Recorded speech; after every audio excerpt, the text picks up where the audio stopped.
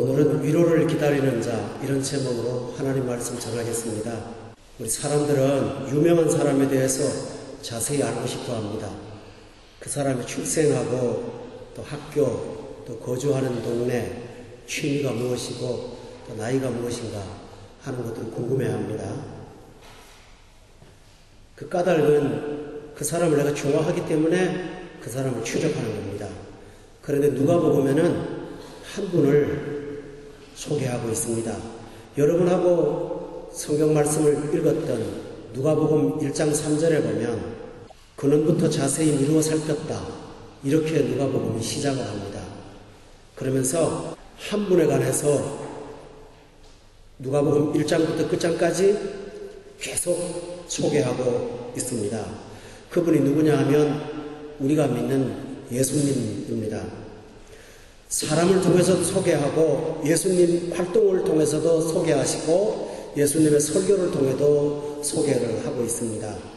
지금까지 우리가 1장부터 2장까지 등장하는 사람들을 살펴보면 세례 요한의 부모님인 사가랴하고 엘리사벳, 그 다음에 또 예수님의 육신의 부모였던 요셉과 마리아, 그 다음에 들판에서 양을 치는 목자, 또 사람은 아니지만 등장하는 존재, 영적인 존재, 천사들이 나오는데 이 많은 등장하는 인물과 천사가 한 가지로 공통점으로 말하는 것은 바로 예수님을 소개하고 예수님을 찬양한다는 것입니다. 오늘 본문에도 시작할 때 예루살렘에 시몬이라는 사람이 하나 있습니다. 그런데 그 사람이 어떤 사람인가를 소개하는 절은 얼마 안 되고 그 사람이 예수님을 찬양하는 내용이 가득 들어 있습니다. 오늘 시몬이라는 사람은 앞에 나왔던 사가랴나 엘리사벳이나 또 예수님의 그 부모였던 요셉이나 마리아하고는 조금 다른 사람입니다. 이 사람은 어떤 사람인지 구체적으로는 직책 같은 건 소개가 되지 않아요.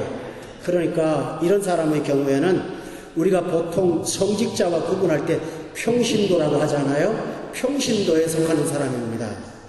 그런데 이 사람이 소개하는 내용을 보면 예수님을 어떤 전문가적인 신학자보다도 더 정확하게 소개하고 있어요.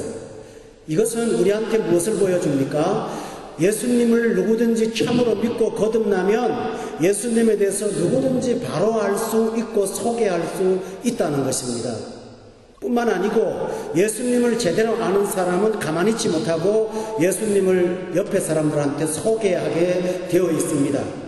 예수님을 소개하지 못하고 있는 분이라도 적어도 예수 믿는 사람이라면 어떤 예수 믿지 않는 분들을 볼 때는 부담감을 느끼거나 저분한테 예수님을 전해야지, 이런 마음의 부담감을 갖게 됩니다. 이와 같이 예수님에 대해서는 성경에서도 소개하고 우리도 소개하고 싶어 합니다. 그러나 예수님을 예수 믿는다고 아무나 다 소개하지는 않습니다. 특별히 예수님을 진짜 믿었다면 예수님을 믿은 사람은 성령을 받았는데 성령을 충만히 받은 사람은 예수님을 꼭 소개하고 싶어 합니다. 오늘 본문에 시몬이라는 사람에 대한 프로필이 나옵니다. 25절부터 보면 시몬에 관한 내용 가운데 가장 많이 반복되는 내용이 성령과 관계되는 사람이라는 것입니다. 여러분, 오늘 여기 25절에 보면 시몬에는 성령이 그 위에 계셨다고 했습니다. 또 26절에 보면 성령의 지시를 받았다고 했습니다. 그 다음에 또 27절에 보면 성령의 감동을 따라서 순종했다고 되어 있습니다. 그러니까 이 사람은 성령 충만한 사람이라는 사실을 우리가 금방 알 수가 있습니다. 여러분, 성령 충만한 사람은 반드시 예수님을 소개합니다. 왜 그럴까요? 그것은 요한복음 16장 14절에 보면 예수님께서 성령을 소개할 때 성령은 내 영광을 나타낸다고 말씀하셨습니다. 그러니까 성령을 받으면 성령 충만한 사람은 예수님을 드러내게끔 되어 있다는 것입니다. 요한복음 15장 26절에도 보면은 진리의 성령이 오신다면 그분은 나를 증거할 것입니다 라고 말을 했습니다. 다시 말하자면 성령 받은 증거, 성령 충만한 증거가 무엇일까요? 성령 충만한 증거는 내 입에서 예수님을 전하는 것입니다. 이것이 바로 성령 충만한 자의 증거입니다. 그렇다면 성령 충만한 자와 성령님께서 왜 예수님을 이토록 소개하고 있을까요? 그것은 오늘 시어몬의 찬양에 보면 네 가지를 찾아볼 수가 있겠습니다. 첫째로는 오늘 본문 29절 다음에 나오는 30절부터 시므온의 찬양이 나오는데, 이 시므온의 찬양을 보면은 예수님을 소개하기를 내가 내 눈으로 주의 구원을 보았습니다 이렇게 소개했습니다. 다시 말하자면 우리가 잘 알고 있는 것이죠. 예수님은 구원자라는 것을 소개하고 있습니다. 그런데 중요한 사실은 예수님에게 구원자라는 이름이 붙었다는 것입니다. 사도행전에 보면은 사도들은 이렇게 말했습니다. 천하 인간에 구원 얻을 만한 다른 이름을 우리에게 주신 적이 없습니다. 구원은 오직 유일하신 예수님밖에 없습니다 라고 말씀을 했습니다. 왜 그럴까요? 예수님은 하나님이십니다. 예수님은 하나님이시면서 동시에 사람으로 오셔서 우리를 대신하여 십자가를 지고 죄사함을 주셨습니다. 히브리서 기자는 이러한 까닭에 예수님을 소개하기를 예수님은 구원의 창시자라고 그렇게 말을 했습니다. 우리 한번 따라 해볼까요? 구원의 창시자. 예수님은 구원을 창조하셨다라는 말씀입니다.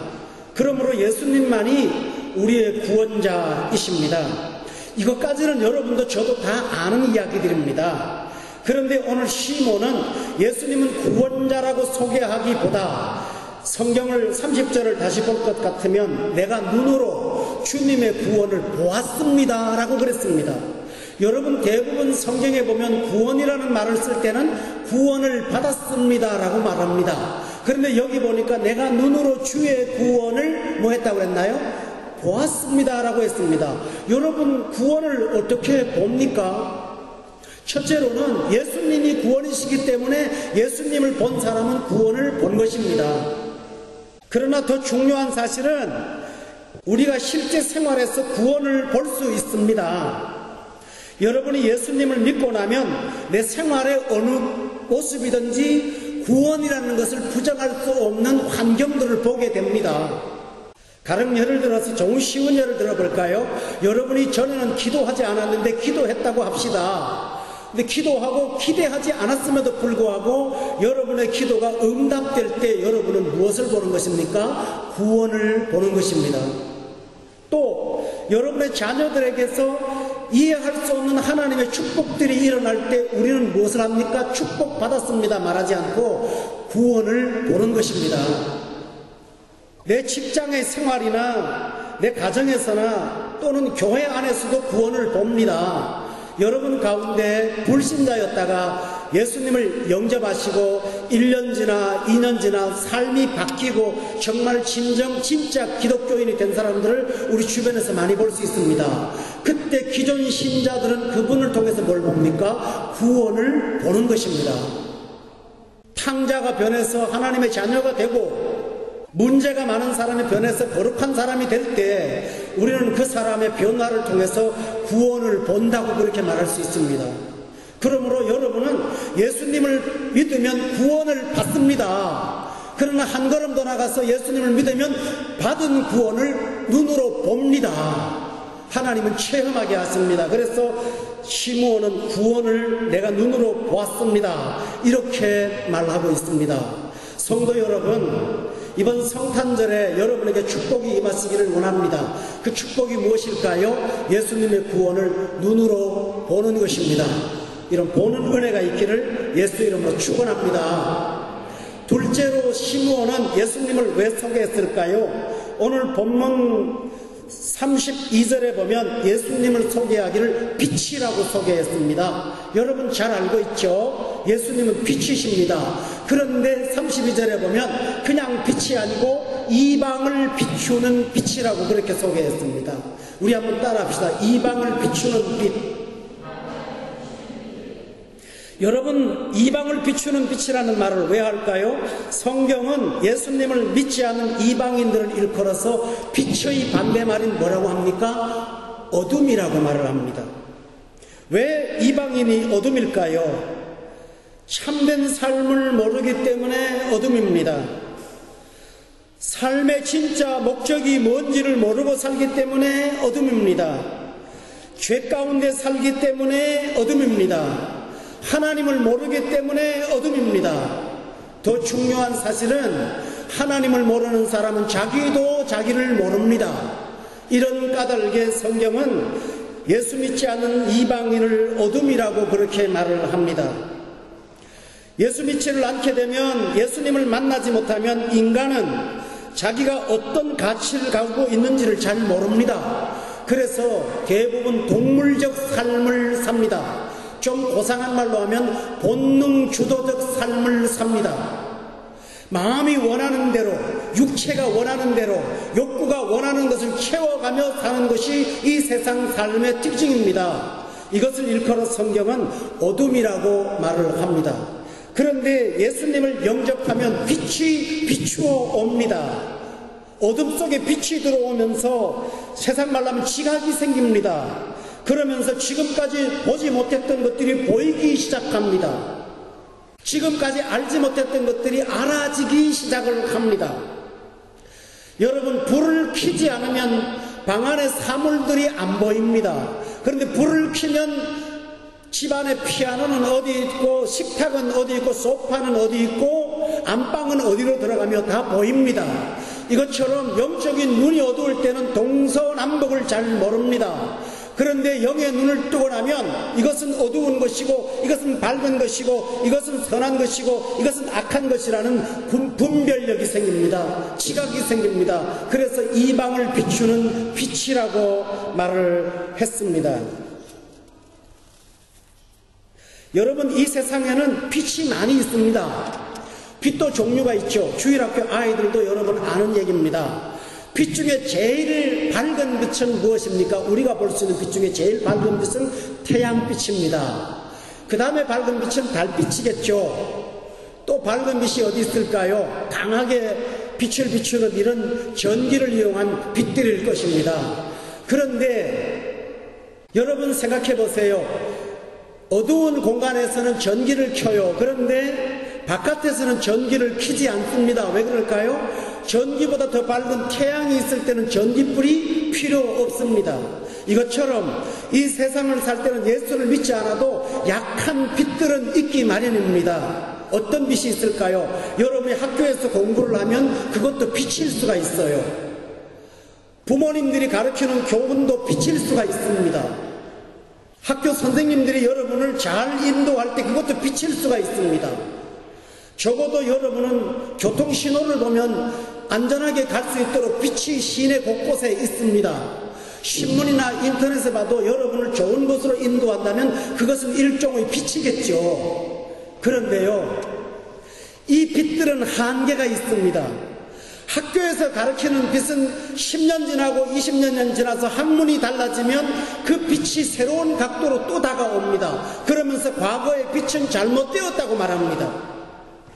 어릴 때는 어떤 좋은 훌륭한 위인들이 말하는 말들을 좋게 여겼습니다.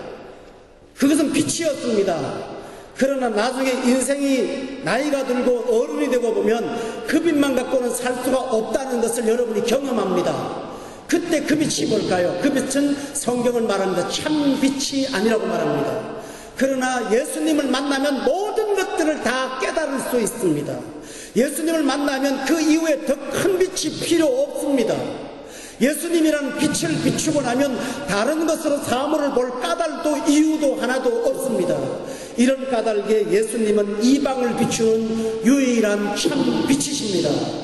여러분, 시므온은 예수님을 소개하기를 이방을 비추는 빛이라고 말을 했습니다.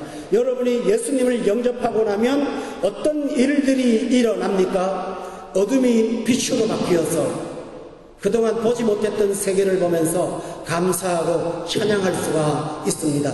셋째로 시몬은 예수님을 여기 본문 말씀 32절에 보면 이스라엘의 영광이라고 그렇게 소개했습니다. 예수님은 이스라엘의 영광입니다. 그런데 25절을 여러분이 살펴보세요. 거기 보면 시므온은 의롭고 경건하여 이스라엘의 위로를 기다렸다라고 되어 있습니다. 여러분, 여기서 제가 두 개를 말씀드렸습니다. 본문 9절을. 하나는 이스라엘의 위로고 또 하나는 이스라엘의 무엇입니까? 영광입니다. 그냥 위로, 영광 그래도 되는데 왜 앞에다가 이스라엘의 위로, 이스라엘의 영광 이렇게 이스라엘이라는 이름을 붙였을까요? 여러분, 이스라엘이라는 한 국가 이름입니다. 그러나 신약에서 보통 이스라엘이라고 성경에서 말할 때는 하나님 앞에 선택받아서 구원받은 백성을 일컬는 독특한 용어입니다. 그래서 우리가 예수님을 믿으면 우리는 이스라엘 사람이 됩니다. 그러니까 여러분 잘 들어보세요. 이스라엘의 위로는 어떤 위로입니까? 예수 믿는 자의 위로라는 뜻입니다. 이스라엘의 영광 그러면 뭘까요? 예수 믿는 자가 아는 영광이라는 뜻입니다. 시므온은 예수님을 일컬어 예수 믿는 자, 거듭난 사람만이 누릴 수 있는 위로요 영광이라고 소개했습니다. 왜 이런 말을 할까요? 여러분, 위로도 세상에는 많이 있습니다. 여러분의 형제 자매가 여러분을 따뜻하게 위로할 수 있습니다. 또 친구가 여러분 위로할 수 있습니다. 부모님이 위로할 수 있습니다. 지나가는 동네 사람들이 여러분을 위로할 수 있습니다. 여러분의 안타까운 소리를 듣고 상담하는 어떤 분들 여러분의 마음을 어루만져 줄 수가 있습니다.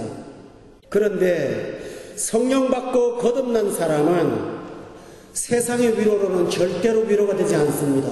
제가 절대로라는 말을 쓴 이유가 있습니다. 세상 말은 말일 뿐입니다. 희망사항입니다. 그러나 하나님의 위로는 말로 끝나지 않습니다. 하나님의 위로는 실제로 일어나는 사건입니다. 그러므로 예수 믿는 사람은 세상의 위로는 듣기는 좋고 고맙지만 그거 갖고 힘을 얻을 수가 없습니다.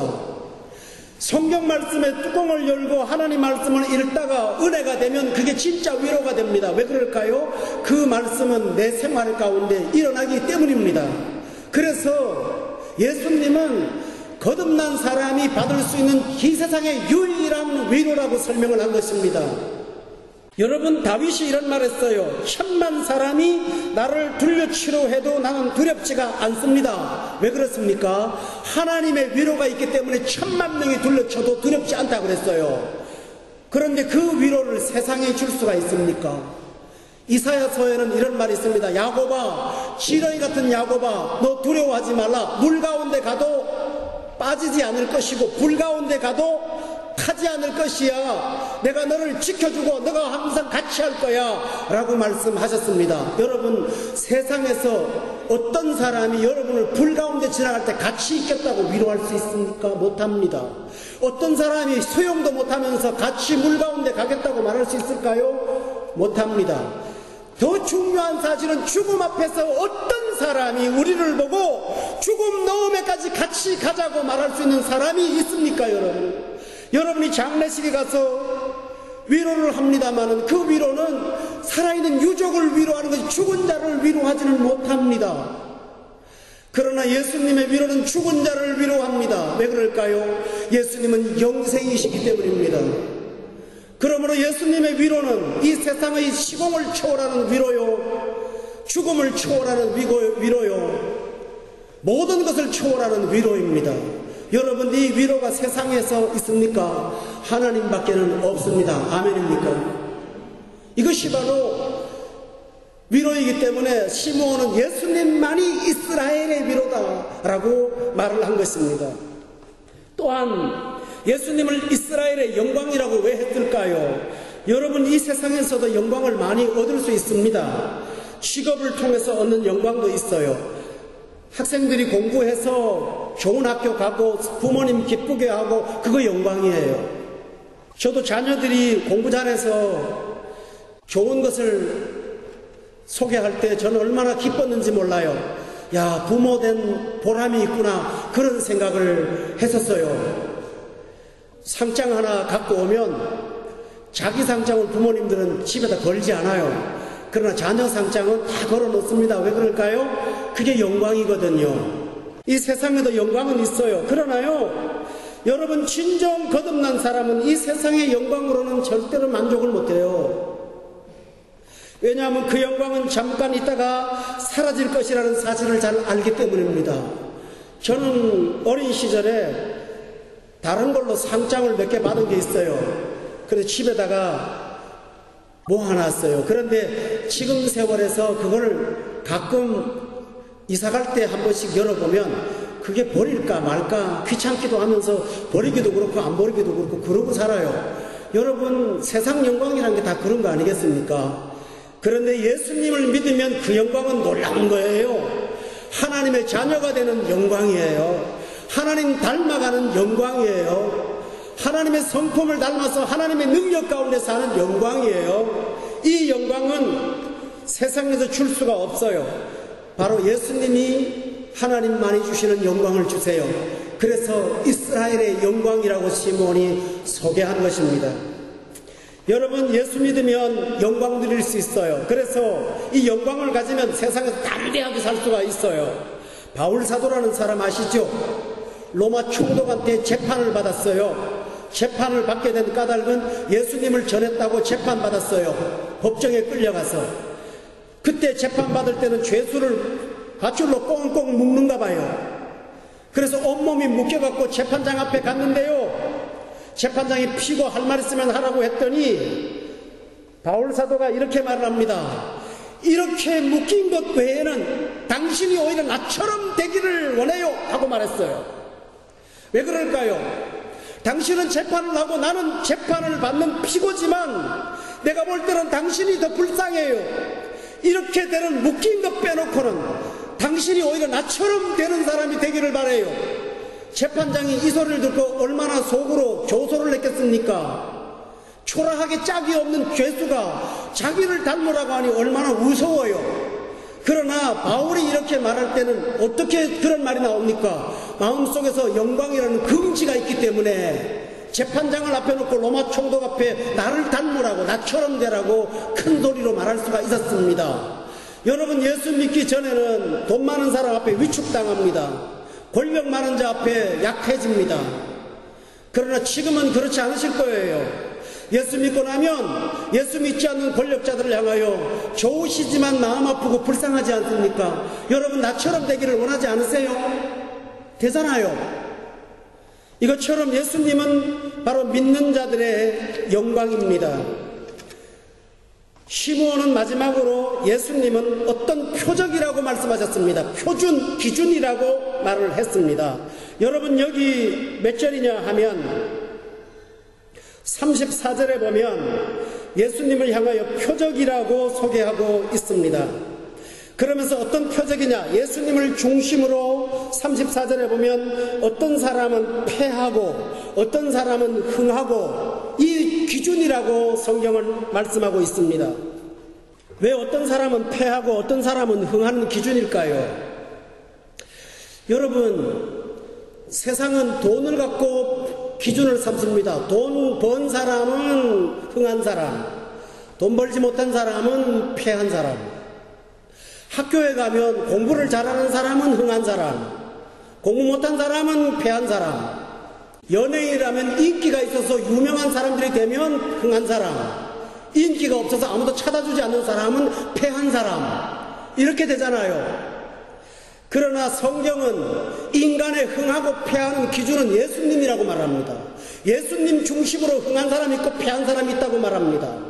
여러분이 가진 것이 없어도, 권력이 없어도, 미모가 없어도 예수님 중심으로 흥한 사람이라면 세상의 흥함보다 비교할 수 없는 흥한 사람이라는 것을 믿기를 바랍니다. 이것이 중요한 것입니다. 그러므로 긍지를 잃지 말아야 됩니다. 그러면 어떤 사람이 예수님한테 패한 사람입니까? 그리고 흥한 사람일까요? 예수님 때문에 패한 사람은 오늘 본문 34절에 보면, 35절에 보면 여러 사람의 마음의 생각을 예수님이 드러낸대요. 생각을 드러내서 그것 때문에 패하는 사람이 있대요. 예수님이 마음의 생각을 다 드러낸대요. 여러분, 예수님이 왜 생각을 드러냅니까? 저는 잘은 모르지만 가끔 텔레비를 보면 정신과에서 치료를 할 때 그 사람의 과거를 연극을 올려갖고 연극을 하는 걸 제가 본 적 있어요. 여러분들 보셨죠? 그리고 그 사람은 앞에 앉아 있어요. 그리고 어떤 사람이 그 사람의 역할을 대역을 해갖고 연극을 하는 거예요. 그럼 자기가 아팠던 일을 막 저 사람이 앞에 당하잖아요. 그러면 정신질환이 있는 사람이 그걸 쳐다보고 있다가 자기 마음속에 숨겨진 상처가 나타나니까 막 울고 막 슬퍼하고 그러지 않습니까? 그러면서 정신과에 치료를 한대요. 왜 그럴까요? 가슴속에 감춰두고 그 아픔을 꺼내지 못해서 뭡니까? 터뜨리지 못해갖고 그 응어리진 사람을 빼서 터뜨리려고 하는 치료의 목적이잖아요. 그러나 그 사람 입장에서는 부끄럽지 않겠습니까? 부끄러울 거 아니에요. 그런데도 불구하고 정신과 치료를 해야 되기 때문에 가슴속에 있는 문제를 끄잡아냅니다. 마찬가지로 예수님은 우리 인간의 불행이 외부에나 환경에 있는 것이 아니고 바로 내 속에 있다고 말을 합니다. 그러니까 내 속에 있는 문제가 무엇인지를 끌어내야 주님이 치료를 할 수가 있습니다. 또 하나는 감추어둔 것을 끌어내면 공개된 것은 사람들이 다시는 그걸로 가지 않습니다. 그래서 예수님은 우리를 드러냅니다. 여러분 잘 들어보세요. 요한복음 4장에 보면 예수님께서 사마리아의 수가 성에 가셨습니다. 우물가에 가셨습니다. 어떤 여자를 만났습니다. 예수님이 여러 가지 대화를 하는 중에 갑자기 앞에 대화하고는 전혀 연결되지 않는 대화를 말씀을 하셨습니다. 가서 집에 가서 내 남편 데려오라는 것입니다. 예수님하고 대화하는데 남편 데려오라는 것이 무슨 말입니까? 그 말을 한 까닭이 있습니다. 그 여자의 문제는 결혼 문제였습니다. 복잡한 결혼 문제가 그를 불행하게 했습니다. 그러므로 예수님께서 그 문제의 핵심을 꺼내면서 너의 남편을 데리고 오라고 말을 한 것입니다. 그때 여자는 정확하게 고백했습니다. 데리고 올 남편이 없습니다. 자기 문제가 바로 그거라는 것입니다. 결혼을 하고 살지만 정확하게 남편이라고 인정하지 않고 살았습니다. 그때서야 그녀는 치료를 받을 수가 있었습니다. 여러분, 그러나 또 하나 예를 들까요? 예수님의 12제자 중에 가룟 유다라는 제자 아십니까? 가룟 유다가 누굽니까? 예수님을 은 20냥 받고 팔아버리는 사람입니다. 배반자입니다. 그런데 예수님께서 성찬식을 하는 가운데 갑자기 이런 말씀하셨습니다. 제자들 앞에 놓고 너희 중에 한 사람이 오늘 나를 팔리라고 말을 합니다. 그랬더니 제자들이 근심하여 두려워하면서 주여 납니까? 하고 물어봅니다. 왜 그 말씀을 하셨을까요? 가룟 유다에게 회개의 기회를 주신 것입니다. 가룟 유다에게 다시 한번 돌아올 수 있는 기회를 뚫어내서 주신 것입니다. 그런데도 불구하고 가룟 유다는 손가락질하면서 주여 내니이까 하면서 그는 자기를 감추었습니다. 수가성 여자는 드러내서 구원받았고 가룟 유다는 감추었기 때문에 그는 결국은 스스로 생명을 끊고 저갈 것인 지옥으로 가고 말았다고 성경은 말하고 있습니다. 여러분, 우리가 예수를 믿는데 왜 패하는 사람들이 생길까요? 교회 앞에 가까이 다가오면 여러분의 마음을 열고 드러내야 됩니다. 성경 말씀이 여러분의 내면의 세계를 자꾸 엽니다. 그럴 때 자존심의 한도까지 예수 믿는 사람은 어떠합니까? 자기 자신의 오픈되는 것을 싫어합니다. 거기서 멈추는 거예요. 드러내고 싶지 않은 거예요. 어떨 때는 목회자가 전혀 모르지만 그와 비슷한 설교를 듣고 나면 너무 불편해합니다. 이해는 충분히 됩니다만 여러분의 자신의 내면의 세계를 열어가는 하나님 말씀 앞에 뚜껑을 열지 못할 때 그는 패하는 자가 되고 말더라고요. 그러나 마음을 열고 주께로 다가온 사람들은 패하지 않고 흥했습니다. 그러므로 예수님을 중심으로 어떤 사람은 패하고 어떤 사람은 흥한다고 했습니다. 오늘 여기 오신 여러분은 예수님을 중심으로 놓고 패한 사람입니까? 흥한 사람입니까? 저는 물어보고 싶습니다. 저는 심정적으로 여러분은 흥한 사람이라고 확신하고 믿습니다. 아니면 이 자리에 오지 못하잖아요. 흥한 사람은 누굽니까? 시몬 베드로가 예수님 만나서 베드로 됐습니다. 흥한 거예요. 사울이 예수님을 만나서 예수님이 드러냅니다. 왜 나를 핍박하냐고 예수님이 다짜고짜 책망하십니다. 그 말 듣고 사울이 깜짝 놀라서 주여 누구십니까 하고 그분을 향하여 선생님이라고 하지 않고 주여라고 말을 합니다. 여러분, 이런 사람은 흥했습니다. 삭개오 아시죠? 여리고의 세무서장 아닙니까? 집에 들어갔는데 예수님께서 들어가시자마자 삭개오가 내가 남의 것을 토색한 거 있으면 4배나 갚겠습니다 하고 자기가 부정했던 삶을 고백했습니다.